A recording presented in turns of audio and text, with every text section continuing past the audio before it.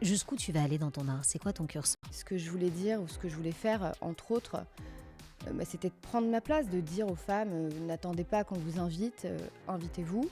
Mon corps avait déjà compris qu'il y avait là quelque chose d'une violence que je ne pouvais pas exprimer avec ma bouche, et je l'ai donc exprimé avec mon sexe. Qu'est-ce que doit faire un critique ? Il nous traite comme des putes, il n'est pas censé te donner un billet, il est censé écrire sur ton travail. Il y a 3 de ces hommes que j'accuse aujourd'hui d'agression sexuelle et de viol. En vrai, le podcast de nos engagés avec Déborah de Robertis, une artiste très complète. Peut-être que vous la connaissez, ses engagements, ils sont multiples. En tout cas, si vous ne la connaissez pas, vous allez la découvrir aujourd'hui. Bonjour Déborah, merci d'avoir accepté notre invitation. Bonjour, merci de m'avoir invitée. J'ai été un petit peu étonnée, mais ravie. Pourquoi ? J'ai pas l'habitude qu'on m'invite facilement. Enfin, je m'invite, c'est plutôt moi qui m'invite normalement dans les expos, etc. Enfin, je me fais pas tant inviter que ça. Alors, on va découvrir ça ensemble. Il y a une première règle dans cette émission, c'est que c'est l'émission de notre invité. C'est l'invité qui décide du là, de comment va se mener l'interview. Et ça commence par cette question hyper simple, mais qui parfois peut un peu bousculer. On se dit tu, on se dit vous, on se dit quoi ? On peut se dire tu, même si j'aime bien le vous, mais là je pense que ça va être mieux tu. C'est ton dernier mot ? Oui. Va pour le tu ? Tu. Ok, tu. Pourquoi est-ce que tu t'invites ? Parce qu'on m'invite pas. Non, alors ce serait une réponse trop facile. C'est un petit peu toute ma démarche, c'est comme ça qu'elle s'est un peu mise en place. Je m'invite pas n'importe où, je m'invite principalement dans des lieux d'exposition. Je peux revenir, mais peut-être c'est un peu convenu, sur une des performances que j'ai faites, qui est Bien peut-être sûr. celle que les gens connaissent le plus, où j'ai réinterprété l'origine du monde devant le tableau. Et donc, on va dire que je me suis invitée dans le musée, mais je me suis aussi invitée dans l'histoire de l'art par ce geste-là. De manière symbolique, en prenant place à cet endroit. Je m'inscris, disons, dans l'histoire du tableau. Et c'était en conscience que j'ai fait ça, c'est ce que j'ai voulu faire. Alors, je résume le message très facilement, mais ce que je voulais dire ou ce que je voulais faire, entre autres, c'était de prendre ma place, de dire aux femmes n'attendez pas qu'on vous invite, invitez-vous. Et par ailleurs, au même moment, d'un point de vue plus personnel, disons, j'étais en rapport, et peut-être aujourd'hui je dirais dans des relations d'emprise diverses avec des hommes puissants du milieu de l'art. J'avais pas conscience de ça à l'époque, mais mon corps avait déjà compris qu'il y avait là quelque chose d'une violence que je pouvais pas exprimer avec ma bouche, et je l'ai donc exprimé avec mon sexe, puisque c'est un peu ce qui a fait, je pense, réagir les gens. C'est pas tant que je me montre nue, je suis pas la première, je suis pas la dernière, surtout pas en art. Mais c'est peut-être aussi ce geste de... Alors c'est un peu cru, ça peut paraître cru de le dire comme ça, mais je le dis comme c'est, d'ouvrir mon sexe. C'est un geste qu'on retrouve plus dans la pornographie que dans l'art. Et donc je pense que ce déplacement... moi je l'ai vu comme une bouche qui poussait un cri silencieux. Et... je ne sais pas si j'ai été comprise à ce moment-là, mais quelque chose en tout cas a été entendu. Et donc je pense que je réponds à ta question peut-être par un exemple, mais on va dire que ça peut servir pour comprendre un peu l'ensemble de la démarche et ce pourquoi, on va dire, je m'invite quand je ne suis pas invitée. Une chose à sa place et une place pour chaque chose. Tu vois, on est dans cette notion. Comment est-ce que ton engagement t'accompagne au quotidien ? Comment est-ce que toi, tu exprimerais cet engagement ? Tu sais, parfois, il y a des engagements qui sont plus simples. Tu t'engages pour l'écologie. On sait de quoi il s'agit. Tu t'engages pour la cause des enfants palestiniens, par exemple. Tu t'engages pour le droit des femmes, etc. Toi, ton engagement, il est lié à l'art, donc il est multiple. Aujourd'hui, de quoi est constitué ce tout, cet engagement, qui est le tien, par ailleurs ? Alors, c'est vrai que c'est une bonne question parce que c'est le thème, c'est l'engagement, c'est votre sujet ici. Moi, je me suis jamais dit, avant qu'on me le dise, t'es une artiste engagée ou t'es pas une artiste engagée. Je me suis rien dit du tout. Je pense que mon engagement, tout à fait, disons, sincère, il n'est pas venu par, comment dire, je me suis pas dit, voilà, j'étais même pas quelqu'un, enfin, j'ai pas grand... Ce que je fais est politique par essence, parce que l'art est politique, mais moi, je ne me suis pas dit, je vais m'engager. J'ai été habitée, comme beaucoup d'artistes, par un désir ou par une...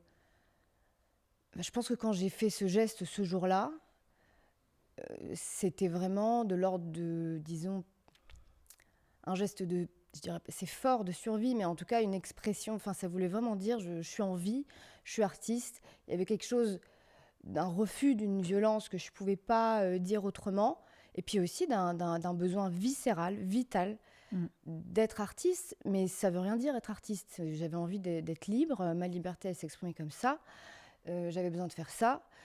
C'est pas nous qui décidons si on est artiste ou pas, c'est peut-être même des fois, est-ce que c'est pas les autres, mais en tout cas, pour moi, c'était vrai. Peu importe ce qu'on allait dire, je me suis même pas posé la question. Et franchement, je me suis même pas dit que, je me suis même pas demandé si on allait me voir ou pas me voir, hein. Bon, après, on m'a vu. Et, euh, et donc, l'engagement, peut-être pour moi, c'est cette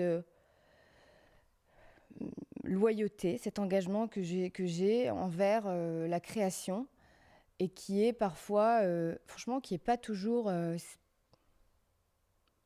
Des fois, j'aimerais même être désengagée, disons. Non, c'est plus fort que moi. J'aimerais arrêter. J'ai beaucoup, même mes amis le savent, j'ai souvent dit je vais arrêter. Il y a tellement d'obstacles. C'est tellement compliqué de continuer seule, parce que je suis quand même assez seule. Je ne suis pas dans une structure. Et c'est vrai que j'arrive pas à arrêter. Il y a toujours un moment où, C'est plus fort que toi, hein. ouais, où j'essaye de prendre une distance avec l'art, et puis tout à coup j'ai une vision, il y a quelque chose qui refait sens, et à ce moment-là je refais une performance, et, euh, et puis ça redonne un sens à mon existence presque. Et après, si ça peut parler aux autres, ben c'est bien. T'as révélé déjà beaucoup de choses. Il va falloir qu'on reprenne point par point. Ok. Il y a d'abord la notion qui est revenue à 3 reprises. La notion de violence. Comment est-ce que toi, en tant que Déborah, tu vas peut-être nous exprimer, nous expliquer, nous raconter d'où tu viens, qui tu es, si c'est OK pour toi, parce que je te le rappelle, c'est ton émission, c'est toi Oui, qui je mets les sais, curseurs, merci, d'accord? merci. Sans toi, en toute confiance, mais surtout en liberté, en vérité. C'est pour ça que ça s'appelle En vrai. La Déborah qui naît, qui vit au monde, qui vit sa vie, etc. C'est quoi la première fois qu'elle est confrontée à cette violence? Je pense que ce que j'ai... je vais rien dire je pense, de spécial, parce que je pense que la violence à laquelle j'ai été confrontée, c'est la violence des hommes, la violence patriarcale. Et de manière aussi triste et banale que la plupart des femmes, dès l'adolescence, je dirais, simplement par le fait... enfin, pour ma part, peut-être ça peut être un peu singulier, mais je sais même pas, comme j'ai toujours été très libre, même libre dans... moi, j'ai 42 ans maintenant, dans le fait, par exemple, de parler de ma sexualité, dès lors que j'avais commencé à avoir une sexualité. J'ai jamais eu honte. C'est des choses maintenant qu'on entend beaucoup dans le féminisme, mais moi, je pense que, enfin en tout cas, je me sentais plutôt seule là-dedans au moment où c'était naturel pour moi. Et peut-être que j'ai, en tout cas, je sais pas. Est-ce que ça a contribué au fait que j'avais l'impression d'être, en tout cas comme beaucoup de femmes, hein, sexualisée très jeune, etc. Pour moi, ça a déjà constitué une violence et qu'on a pu retrouver dans mon travail, puisque j'ai commencé à être artiste très tôt, enfin tôt, à l'âge de 16 ans, j'ai eu cette sorte de prise de conscience que j'étais artiste, et tout de suite j'ai commencé à utiliser mon corps avant même de comprendre ce qu'était la performance. Comme un instrument. Ouais, comme un instrument, et je questionnais déjà, je pense, ce rapport que j'avais intériorisé de la façon dont les hommes pouvaient, en tout cas, me sexualiser très tôt et très jeune, des hommes de tout âge. Mais ça, je pense qu'on connaît tout ça. En tout cas, moi, j'en ai fait l'expérience tôt et beaucoup. Je pense que mon travail aussi, plus tard, a joué sur la façon dont on me regarde. Tu dis, je pense qu'on connaît tout ça. Il y a 2 choses. Est-ce que tu trouves qu'on le connaît tellement qu'on le normalise? C'est le premier point. Aujourd'hui, enfin oui, aujourd'hui on en parle plus, heureusement. Mais non, on ne devrait jamais le normaliser. Mais oui, on a pu le normaliser. Enfin, c'est tout un chemin après pour comprendre qu'il y a aussi une violence dans certains regards, et puis après le reste. Tu l'as vu, tu l'as ressenti, tu l'as vécu, la violence aussi dans le regard des femmes, de la Oui, façon dont elles te percevaient? alors ça c'est encore autre chose. Peut-être que je la qualifierais pas de violence, mais tout cas, c'est pas les femmes qui m'ont, disons, sexualisée, c'est les hommes.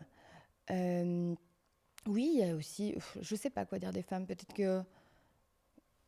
tu peux expliquer ce que tu veux, la question, peut-être la préciser pour que je puisse Mhm. répondre. Je mettrai pas d'équivalence là tout de suite dans ma vie, en tout Bien cas. sûr. Quand tu nous parles de violence, tu dis, cette violence, pour moi, c'était la sexualisation de mon corps, de mon être, de la personne que j'étais très jeune, par plein d'hommes, toute classe sociale confondue, tout âge confondu, hein, c'est ça. Mais parfois, ma question était peut-être plus tournée de ce côté-là.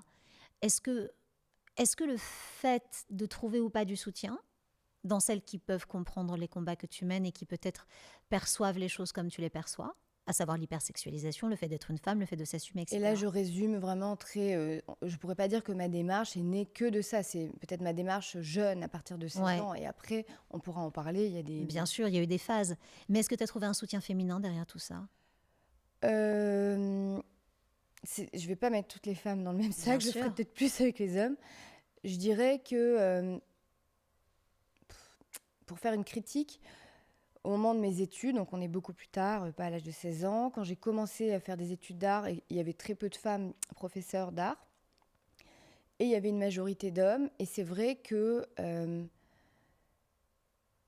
les femmes ou les féministes, disons que c'était le cas, ou les profs de la génération là, au-dessus de moi, oui, en effet, n'ont pas...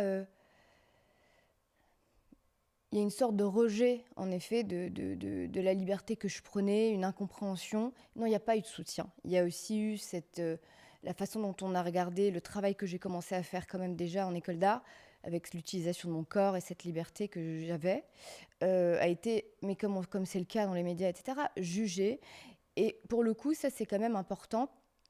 Donc, ça a quand même laissé la possibilité, par exemple, à un professeur d'art, qui était mon professeur de performance, et aux professeurs d'être à l'avant-plan pour justement accompagner le travail des artistes, des jeunes artistes femmes.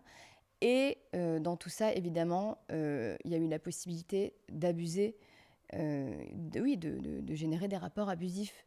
Et si les femmes, à ce moment-là, n'avaient pas eu cette réaction de jugement, de rejet ou de sexisme intériorisé, je ne sais pas comment on peut l'appeler, je pense qu'on a un rôle important à jouer, en tout cas, de ne pas reproduire euh, cette violence. De Voilà. pas laisser penser que c'est possible. Et puis C'est aussi, ça?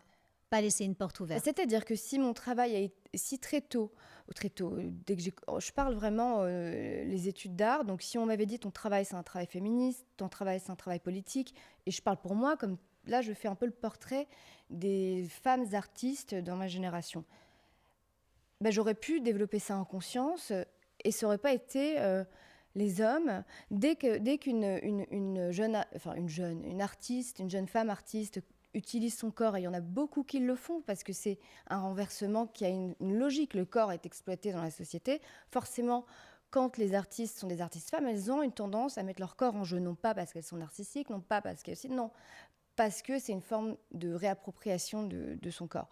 Et ben, dès qu'il y a des professeurs qui voyaient qu'il y avait des artistes qui s'intéressaient au féminisme, qui étaient dans une démarche d'émancipation, c'était très vite récupéré et remis dans le cadre de ce regard sexualisant. Et puis surtout, ils se posaient en sauveurs ça leur donnait l'opportunité d'abuser sexuellement, d'avoir une emprise, etc.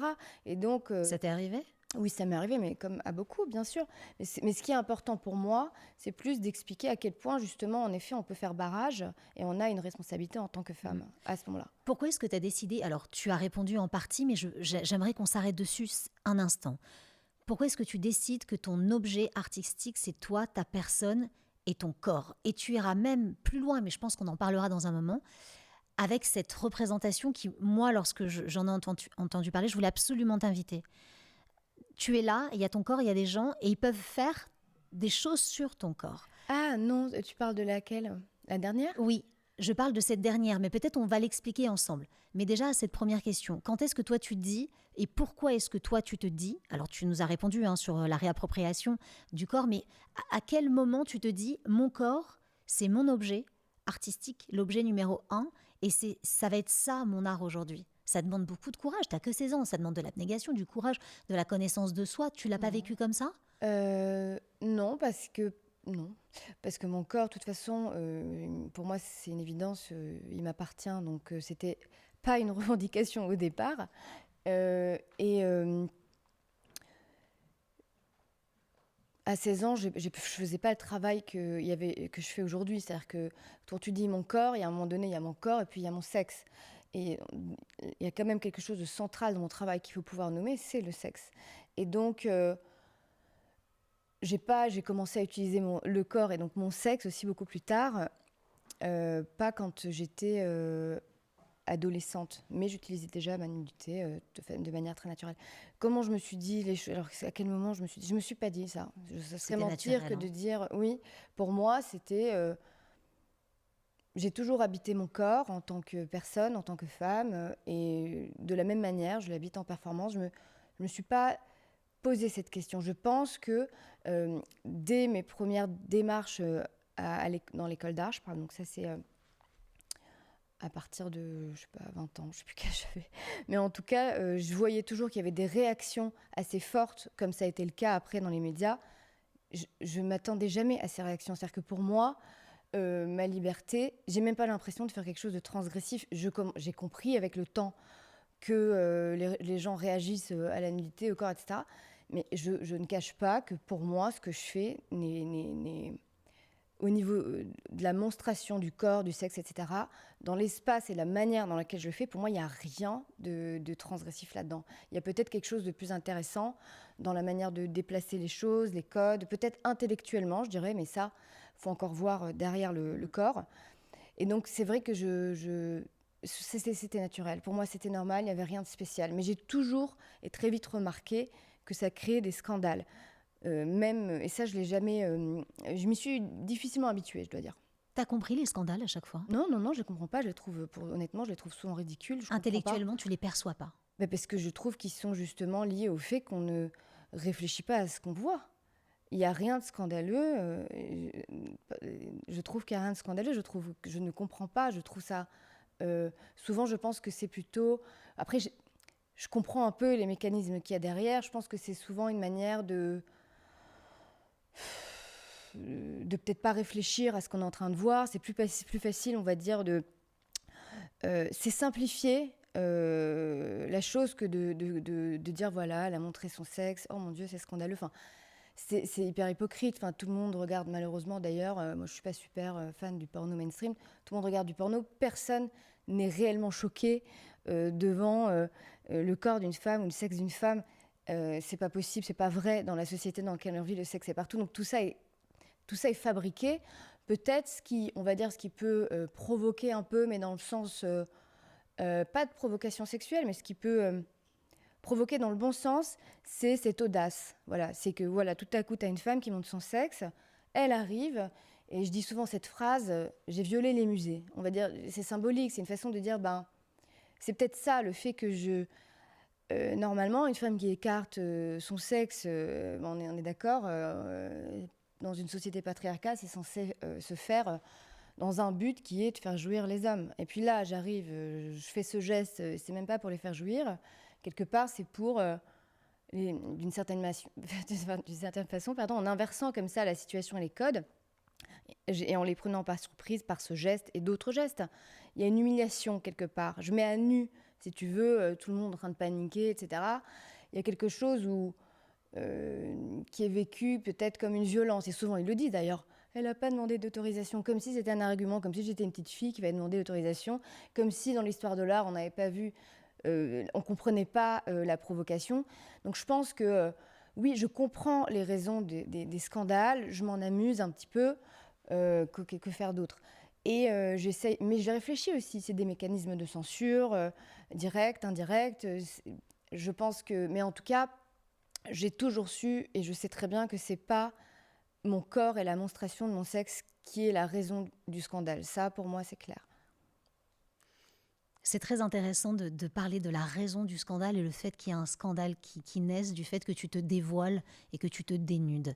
Sans autorisation, bien sûr, je mets des grosses guillemets, tu l'auras compris, préalable, sans te demander la permission Je pour voulais qu'on juste puisse te rebondir voir. sur ce que tu disais, parce que je pense justement que ce qui peut créer un scandale, c'est le fait que en me dévoilant ou en faisant semblant de me dévoiler, parce on y reviendra, je me dévoile pas du tout, je dévoile les mécanismes, on va dire, de censure institutionnelle. C'est ça qui gêne, c'est que eux sont dévoilés. Moi, je fais comme si je me dévoilais, mais qu'est-ce qu'on voit?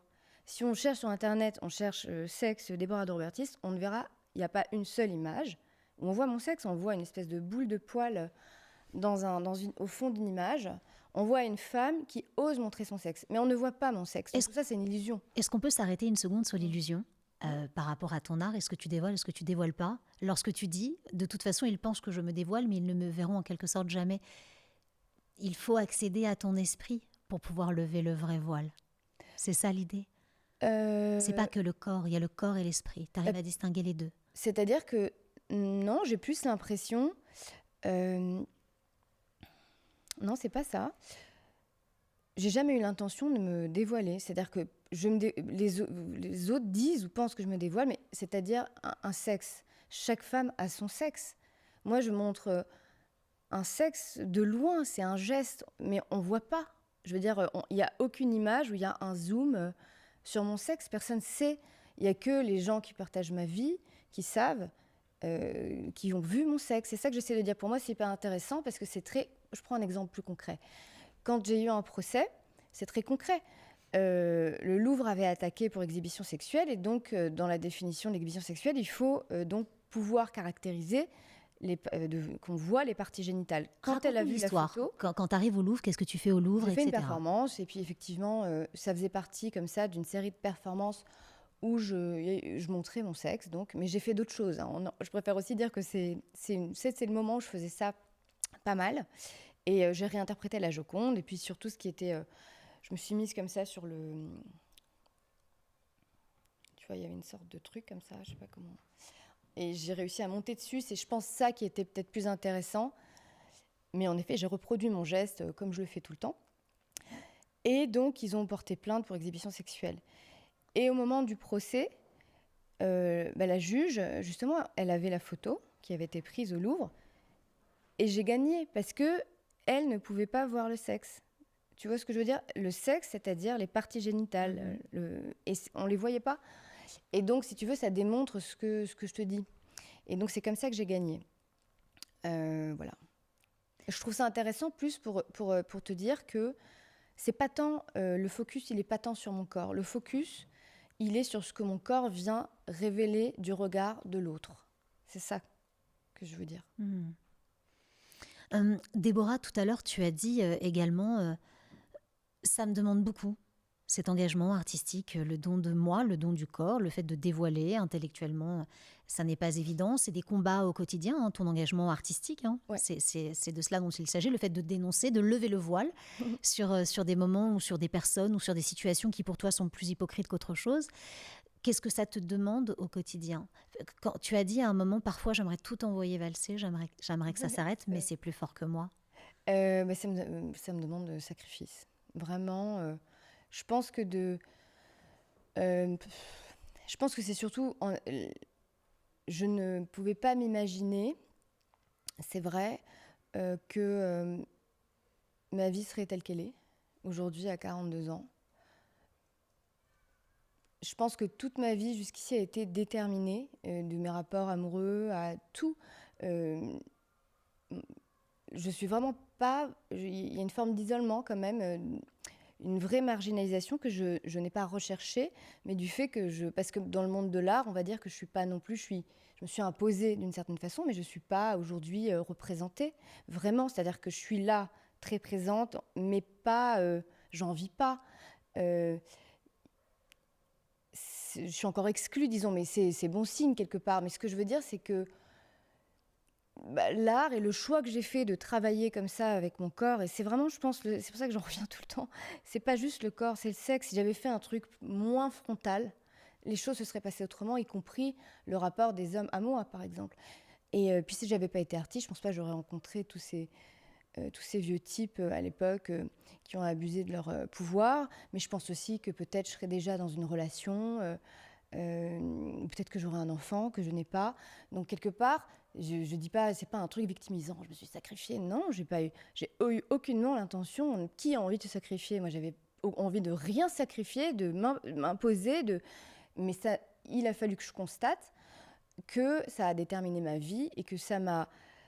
C'est très difficile d'échapper à ce regard finalement qui est un regard qui reste ce regard quand même des hommes qui, même dans les rapports amoureux intimes, te remettent quand même, à partir du moment où je fais ce travail-là, c'est peut-être le cas pour les actrices porno ou pour les prostituées, je ne sais pas, mais en tout cas ce qui est sûr, c'est que j'avais beau vouloir en sortir, quelque part on m'y remettait.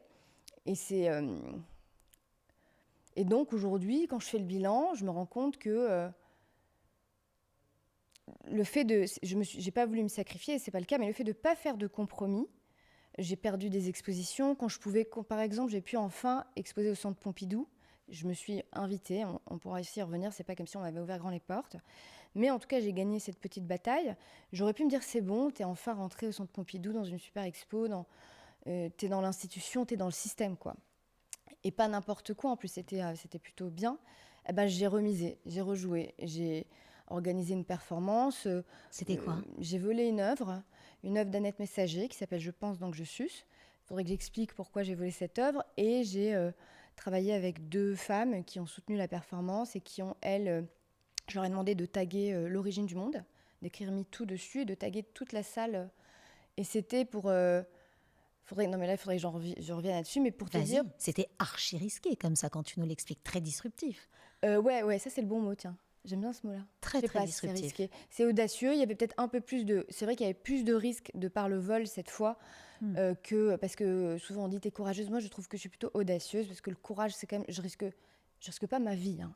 Après, on sait qu'on a des menaces de mort. On sait qu'il y a beaucoup de choses. Quand j'ai fait par exemple une performance à Lourdes, il y a eu plus de menaces. Il y a des performances ici, il y avait plus de risques sur le côté. Oui, en effet, ça va être... Je pense que les amendes, ça va être compliqué. Donc des choses comme ça. Et puis il y avait plus de risques pour cette performance. Mais pourquoi? Non, je sais plus ce qu'on disait. Je voulais juste te dire un truc par rapport à l'engagement. Je voulais finir sur ça, mais je sais plus ce que je voulais dire. Que c'est cet engagement, en tout cas ma loyauté quelque part au fait d'être artiste, ou ce besoin, c'est même pas un engagement, le fait de pas pouvoir me débarrasser de ça finalement. Oui, je suis artiste, c'est comme ça. Si je suis pas artiste, j'ai l'impression que je peux pas vivre. Mais tu le subis ou pas? Des fois, je subis, mais comme quand tu as un enfant, tu l'aimes, des fois, tu le subis. J'ai l'impression qu'être artiste, j'ai l'impression que j'ai un espèce d'enfant qui s'appelle art et qu'il faut tout le temps le nourrir, tu peux pas être tranquille. Et des fois, j'aimerais ne pas être artiste. C'est très vital. Et c'est quoi ton curseur? Tu as des regrets? T'as dit, tout à l'heure, tu as dit, dans mes relations amoureuses notamment, c'est comme peut-être les prostituées ou comme les femmes qui font du porno, on me renvoie toujours à mes performances. Oui. Et par exemple, aujourd'hui, j'ai pas d'enfant, bon, etc. Oui, j'ai des regrets. Ça, c'est J'aurais bien la maternité. J'aurais voulu avoir 2 corps, un corps qui fait un enfant, un corps qui fait des performances, et que dans cette société, on puisse aimer et respecter une femme... parce que les hommes fantasment, blablabla, ça génère un tas de choses. Puis après, oui, j'aurais aimé, je trouve ça tragique, je trouve ça triste. C'est pas que j'ai des regrets, c'est que je trouve ça vraiment triste que moi et puis d'autres femmes, et que les hommes soient peut-être encore... même quand ils tombent amoureux, enfin je veux dire, oui, ça a encore une énorme incidence sur nos vies, je crois. Est-ce que tu penses que c'est ta liberté, oui. ton travail, tes choix avec ton corps qui ont fait que les rencontres que tu as pu avoir avec ces hommes qui ont partagé ta vie ne sont pas allés jusqu'au bout? Justement, ils n'ont jamais partagé ma vie. Voilà. Ils ne sont pas allés plus loin, c'est ça? Ils ne sont pas rentrés dans ta vie? Toujours cachés. On parle beaucoup de l'invisibilisation des femmes artistes. Tu étais cachée en étant leur femme, alors, entre guillemets? On va dire que j'ai pas eu non plus, j'ai pas aimé... on va dire que j'ai aimé un homme ou 2, mais oui, c'était dans mon parcours de femme, disons, y a ce truc, la maman et la putain, enfin, je t'apprends rien, j'étais la putain, quoi. Et t'as pas rencontré l'homme qui voyait la putain, la femme et la maman? Je sais, c'est compliqué à dire parce que... On va dire que oui, conceptuellement, en fait, c'est plus fort que cette espèce de dichotomie, elle est forte encore. T'as as beaucoup d'hommes qui vont dire non. Mais au moment où il faut te présenter à leur mère, là, il y a la maman et la putain. Et ils se disent jamais que t'es une putain. Ils se disent pas ça, eux. Tu comprends? Mais enfin, je pense que nous, les femmes, on voit à un moment donné, quand même, où le respect s'arrête, puis c'est pas conscient. Mais c'est pas pour ça que c'est moins violent ou moins triste. Ça te brise le cœur, en fait. J'ai envie de te poser une question plus que disruptive, mais je me dis qu'avec toi, je peux le faire. Tu peux tout demander, mais je sais pas si je peux tout répondre. Est-ce que tu as... Et j'utilise ces mots pour une raison très particulière. Tu as fait une performance à Lourdes, etc. Est-ce que parfois, tu as presque envie de rentrer dans le rang, presque dans les ordres, de devenir peut-être quelqu'un de plus sage, pour accéder à cette relation qui te permettra de vivre autre chose, d'apaiser peut-être le côté viscéral et de nourrir le côté de ton corps et de cet art en donnant la vie à cet enfant que tu désires vraisemblablement, en donnant la vie aussi à cette relation amoureuse qui pourrait aussi toi te nourrir en tant que toi, Déborah, en tant que femme, que j'ai l'impression, mais tu me diras si c'est vrai, que tu as peut-être oublié au travers l'art, parce que l'art prend énormément de place. Est-ce que parfois tu as envie de rentrer dans cette autre sphère? J'aurais aimé qu'il n'y ait pas de sphère. J'aurais aimé qu'on ne sépare pas, disons, la femme dans un monde de idéal. la putain, je ne sais pas comment dire autrement. J'aurais aimé que pour moi, pour toutes les femmes, que ce soit moins douloureux. La question de la maternité, maintenant, j'en suis quand même revenue. Je trouve que... Je ne dis pas que je ne veux plus, et puis j'ai 42 ans, ça a été un C'est pas deuil. Impossible, hein, 42 C'est pas ans. impossible. Mais j'ai quand même fait un chemin où j'arrive à voir une vie sans enfants. Ça me touche encore quand je vois des enfants, quand je vois des bébés. Mais je pense que les féministes de la jeune génération, elles sont hyper importantes. Ce qu'elles font, on n'a pas beaucoup entendu ça, en tout cas pour les femmes comme moi, qui avaient quand même le désir, mais d'entendre des femmes, des jeunes femmes, dire... je sais pas comment dire, elles font, je sais pas si elles ont conscience de ça. Elles parlent de la maternité et elles en parlent aussi du fait, elles veulent pas d'enfants pour certaines, elles en parlent comme une liberté et elles sont de plus en plus. Et moi, ça m'a permis vraiment de pouvoir imaginer une vie d'artiste, disons, d'accepter mieux finalement d'être d'être une artiste avec tout ce que ça pouvait aussi impliquer comme renoncement dans cette société. Et voilà, donc ça va, c'est ça que je voulais dire. Mais c'est gentil de mettre l'accent là-dessus. Jusqu'où tu vas aller dans ton art? C'est quoi ton curseur? Comme je te disais, je m'invite dans les expos, etc. Donc en gros, à un moment donné, c'était quoi, il y a deux ans, moi qui travaille seule, etc., à un moment donné, il y a une opportunité enfin qui se présente à moi. Je rencontre des jeunes représentants du Centre Pompidou. Ils me disent, on fait une exposition où il y a des réinterprétations de l'origine du monde et il y a aussi l'origine du monde. Et on va te faire un rendez-vous avec la directrice pour que tu puisses participer à l'exposition. Donc une porte s'ouvre, c'est pas rien dans la vie d'une artiste. Et tout à coup, je vais au rendez-vous. Je me rends compte que celui qui organise l'exposition, c'est un homme, un curateur, je ne le nommerai pas maintenant, mais je peux le nommer, que j'avais rencontré quand j'avais 26 ans et qui avait abusé de moi et abusé de son pouvoir à l'époque. Et avec qui avait entretenu avec moi une relation d'emprise, un rapport, c'était même pas une relation. Enfin, en gros, un peu, je me suis toujours, comme je te dis, je pense que j'étais comme une prostituée gratuite, quoi. J'appellerais pas ça une relation. Et du coup, et c'est ce que je dénonce d'ailleurs dans le milieu, c'est comme ça que ça se passe. Et alors, je me rends compte que c'est lui, je dis rien.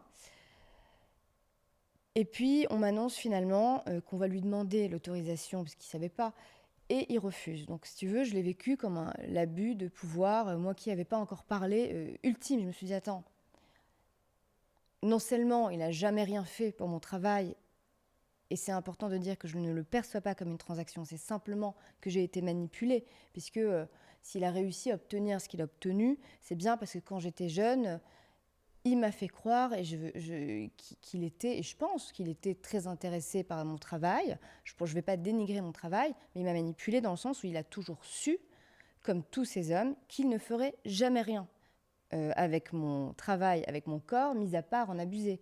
Je pense que dès le départ, et c'est là l'abus, il le savait.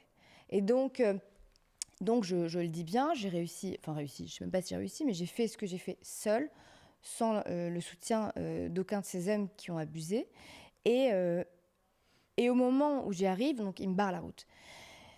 Et là, Quoi? Comment il te barre la route? de toute façon, il a du pouvoir. Il dit non, c'est tout, Il c'est dit lui non qui organise. et la porte C'est se non. referme. Il ose dire non. Je sais même pas comment il a osé. Moi, je me dis, à ce stade de ma vie où j'avais quand même déjà fait pas mal de performances, je me suis même dit, est-ce qu'il est fou? Repens-toi, t'as envie de lui dire. Repens-toi, fais quelque chose. Non, mais ah bah non, c'était trop tard. C'était trop tard, il pouvait plus rien faire. C'est-à-dire que moi, j'avais déjà compris, j'avais déjà fait beaucoup de psychanalyse, j'avais déjà fait tout un chemin. J'ai espéré, à un moment donné, je me suis posé des questions très longtemps. Non, j'avais compris, j'avais admis qu'il avait abusé.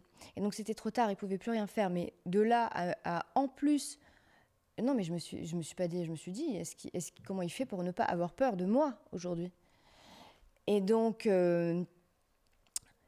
à ce moment-là, je commence à me battre un petit peu avec l'institution. C'était la directrice. Rien n'y fait, ils sont tous derrière lui. C'est des questions de relations, de pouvoir. Et bon, à la fin, il m'appelle. Il m'avait plus appelé depuis des années. Là, je lui rappelle les faits. Tout simplement, je lui rappelle les faits. J'étais prête à cette conversation depuis toujours. Parce que je voulais pas qu'il m'accuse en plus de menacer, de faire du chantage. Et je suis pas con, je savais très bien que c'est en plus, j'ai entendu qu'il y avait des gens autour, ce qu'ils auraient essayé de dire. Donc j'ai simplement rappelé les faits. Et à partir de là, ils m'ont invitée dans l'exposition. Et j'ai appris plus tard que c'était parce qu'ils avaient peur, ils appellent ça avoir peur du scandale, on en revient à ce scandale, mais ils avaient surtout peur que je parle en fait.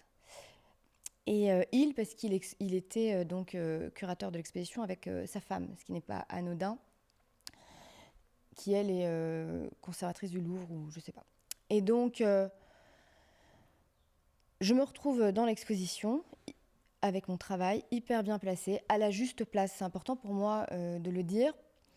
Donc j'étais non loin, juste à côté de l'Origine du Monde. Et c'est vrai que, alors on m'a dit oui, alors c'est pas parce que, alors on appelle ça, coucher, non, j'ai pas couché avec lui, il a abusé de moi, c'est pas la même chose. Alors dans ce cas, comme si ça me donnait un droit, moi, comme si dans ma tête, c'est important de le dire parce que c'est ce qu'on pense, c'est les a priori sur les femmes. Ah donc elle voudrait être à l'exposition, juste c'était les commentaires parce que elle a une relation avec lui. Enfin tout est inversé. Non, c'est l'inverse. C'est comment, quand j'avais 26 ans, 27, 28, je sais pas combien de temps ça a duré. Est-ce qu'il oubliait mon sexe quand il avait besoin de s'en servir? Il l'a jamais oublié. Et là, j'ai fait mon chemin toute seule. Je sais même pas où il est. Les portes s'ouvrent enfin pour moi et je me rends compte qu'il a organisé toute une exposition sur l'origine du monde. Ma performance et ma photo, si tu veux, c'est confirmé par des historiennes. Je le dis, je suis obligée de le dire parce qu'on se dit elle est complètement folle, elle est narcissique. Non. Et aujourd'hui considérée comme une des plus importantes. On peut travailler sur le tableau sans tomber sur ma performance, ça devient très difficile. Je parle pour les chercheurs, etc., pour les étudiants. Et là, c'est une exposition qui s'appelle Lacan. C'était sur Lacan. Et là, il y a cet acte manqué où, comme par hasard, là, mon sexe, il l'a oublié. Mais non, il l'a pas oublié. Ça démontrait, si tu veux, tout ce que j'ai toujours essayé de dire, que non seulement il y a de l'abus, et quand il y a de l'abus, il y a aussi...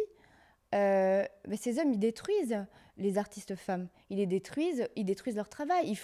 Ils abusent des artistes émergentes, mais ils font en sorte que ces artistes n'émergent pas. Et ça, c'est... il tue le travail dans l'œuf. Et il faut être très... Je parle pour...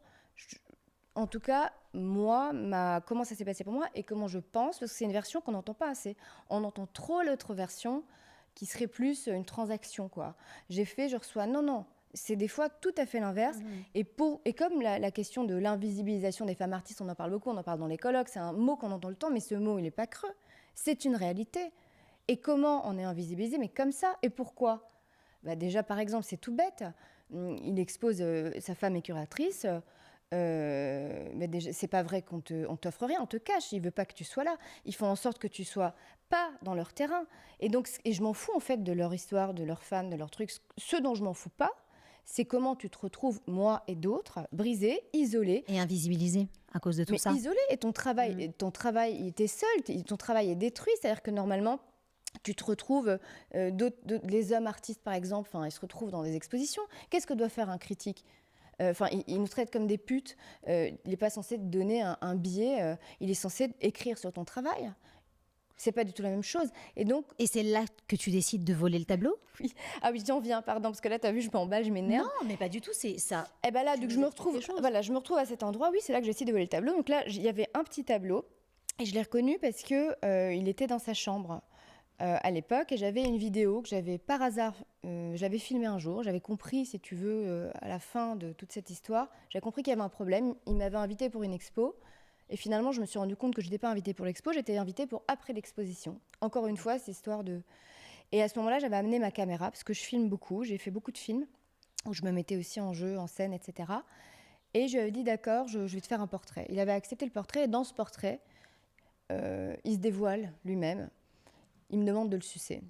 Mais comme ça, vraiment, comme un dû. Et ça, je l'avais chopé dans ma caméra. Alors, ça disait simplement, c'était pour moi une sorte de, à l'époque, j'ai pas très bien compris, de preuve, en tout cas de quelque chose qu'il essayait de cacher, que tout à coup il avait dit, j'avais un truc là, je tenais un truc. Et donc j'ai sorti la vidéo, j'en ai profité pour dénoncer la façon et le chantage qui est fait aux femmes artistes, et puis j'en ai profité pour donner le nom de 7 autres hommes du milieu, en expliquant à chaque fois les situations. Il y a 3 de ces hommes que j'accuse aujourd'hui d'agression sexuelle et de viol. Je voulais en fait expliquer ce système, cette espèce de proxénétisme, je ne sais pas comment on peut l'appeler. Et, euh, et c'est pour ça que j'ai volé donc cette œuvre, parce que justement c'était drôle, puisque je me rappelle à l'époque, quand il m'a demandé de faire ça, je ne me suis pas exécutée sur le champ, c'est pas ce que j'ai fait, mais j'ai pris ma caméra et j'ai filmé l'œuvre derrière lui qui disait « Je pense donc je suce ». Et voilà. Et donc quand je l'ai revue à l'expo, j'ai su que c'était la sienne, et ce que je voulais, c'était forcément... Il m'avait humiliée ce jour-là. Je veux dire, tu viens, tu penses que tu vas être présenté, je sais pas, à d'autres artistes. Il m'avait ignoré à l'exposition, tu te retrouves après l'expo, toujours à cette même place de pute. Et j'ai rien... Ah non, mais parce qu'on va croire que je respecte les travailleuses du sexe. Mais quand je dis pute, c'est-à-dire c'est comment les hommes, c'est important, me voyaient. C'était pas quelque chose de valorisant, c'était pas elle est travailleuse, ça, j'étais pas travailleuse du sexe. Donc pourquoi on m'a mis à cet endroit?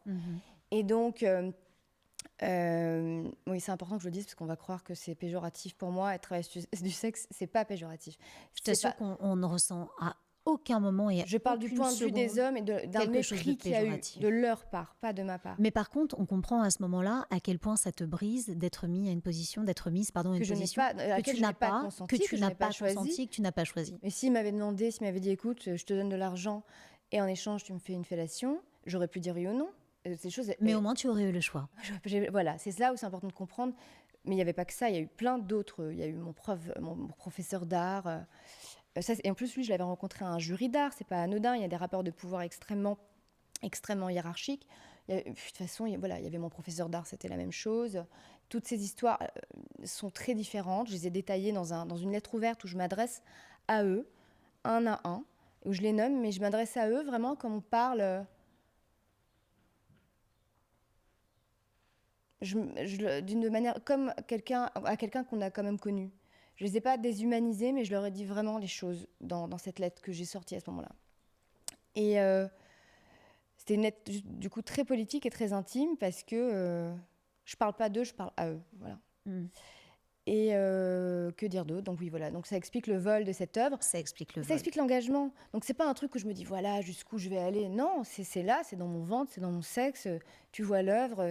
Et puis après je me mets. Mais par contre c'est pas spontané. J'ai une vision de ce que je vais faire. Et après la question voilà comment tu voles. Ça pour moi c'était quand même.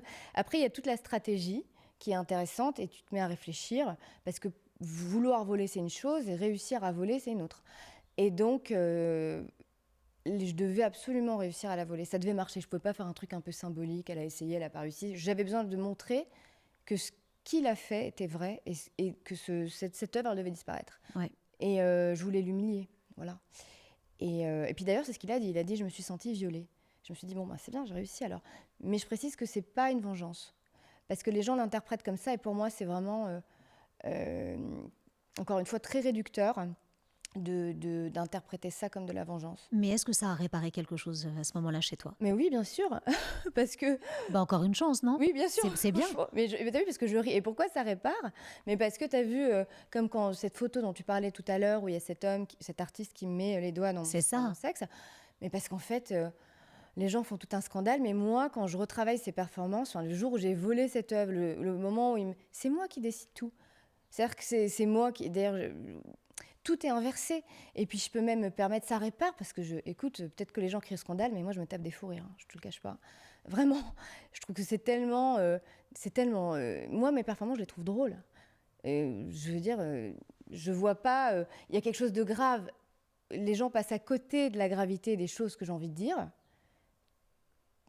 Et en même temps, là où on devrait rire et avoir un peu de légèreté, de se dire non mais attends, elle montre son sexe comme ça, c'est complètement lunaire. Je sais pas, même, il y a quelque chose que je trouve vraiment hilarant. Et donc oui, ça me répare parce que j'arrive à créer des situations que je subis pas. Et franchement, c'est vrai, quand je les imagine, leurs réactions et tout, je trouve pas que je leur fais violence. Je trouve que ma violence, oula, elle reste symbolique. C'est ça que je veux dire. C'est de la violence symbolique, c'est pas de la violence réelle. Mais en tout cas, j'ai besoin que ce soit vrai, que ce soit pas un truc, une sorte de... je veux pas faire semblant, quoi. C'est quoi la prochaine étape dans ton art? Sur quoi est-ce que tu travailles actuellement? Jusqu'où est-ce que tu serais prête à aller? Je me pose jamais cette question.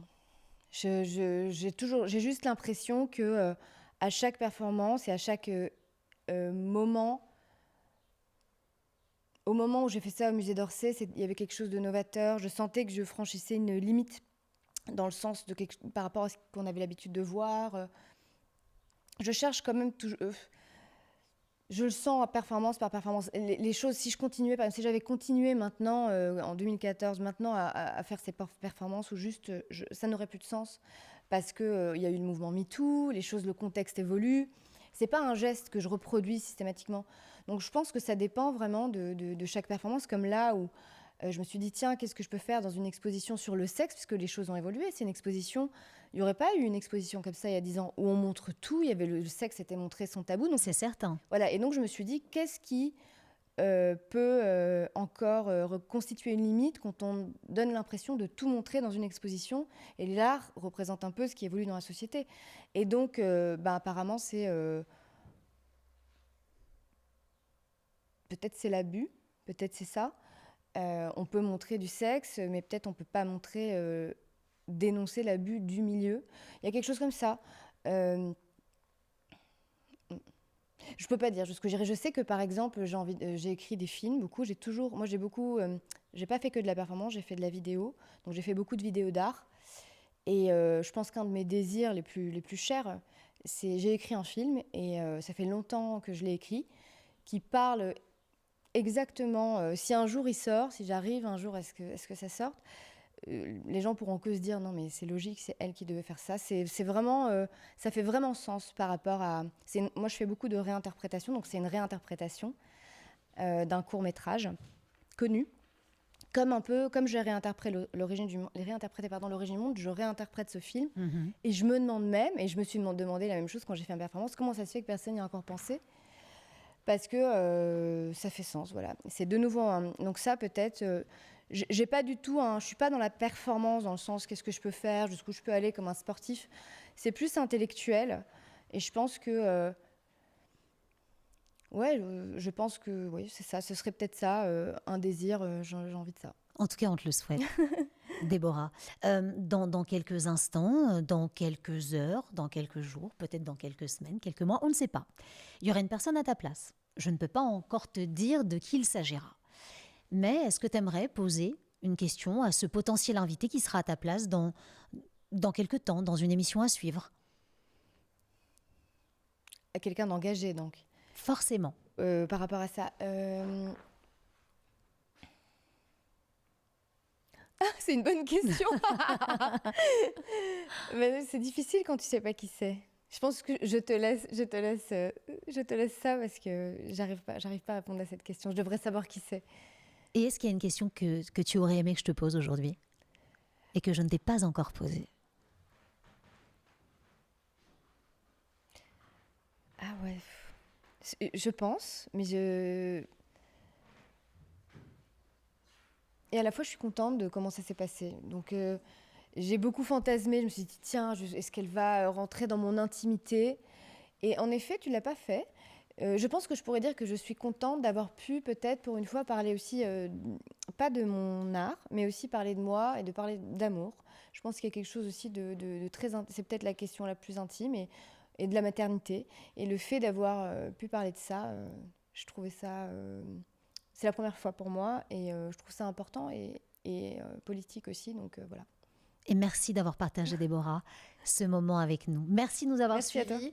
Vous pouvez liker, commenter, partager, débattre avec nous, nous dire ce que vous en avez pensé. Et on se donne rendez-vous très vite pour un nouveau rendez-vous dans Vrai, le podcast de nos engagés. Ciao.